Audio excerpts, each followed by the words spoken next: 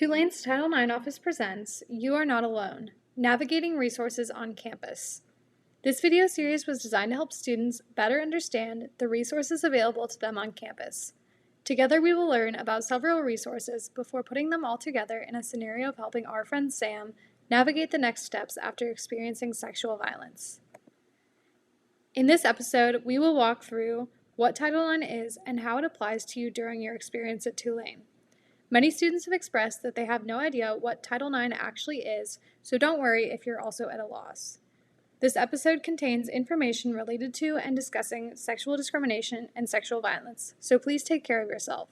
Feel free to step away or come back to this video or stop watching at any point if you need to do so. Okay, let's dive right in. Title IX is a part of the Educational Amendments of 1972 that protects people from discrimination based on sex in educational programs or activities that receive federal assistance.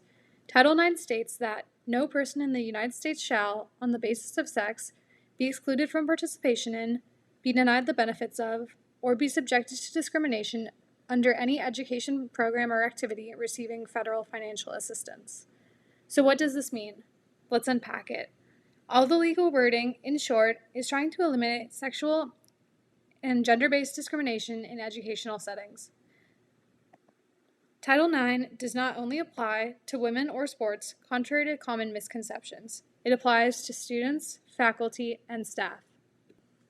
Title IX focuses on 10 key areas: access to higher education, athletics, career education, education for pregnant and parenting students, learning environment, math and science, standardized testing, employment, technology, and sexual harassment, which includes gender-based harassment and sexual violence.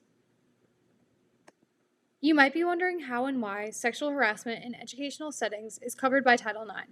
Sexual harassment is considered a form of sexual discrimination because it involves acts that disproportionately affect one's sex and are motivated by a person's sex, and therefore sexual harassment can be considered as sex-based harassment.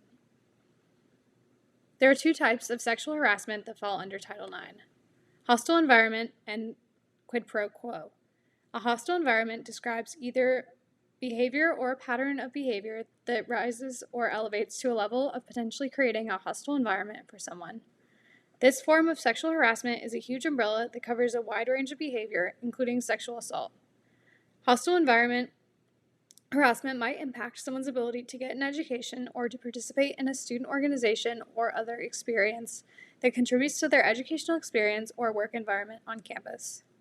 Quid pro quo sexual harassment is more clear-cut and easier to define than hostile environment sexual harassment. It is harassment in which someone creates a benefit or condition for another person in exchange for sexual or romantic activity with them.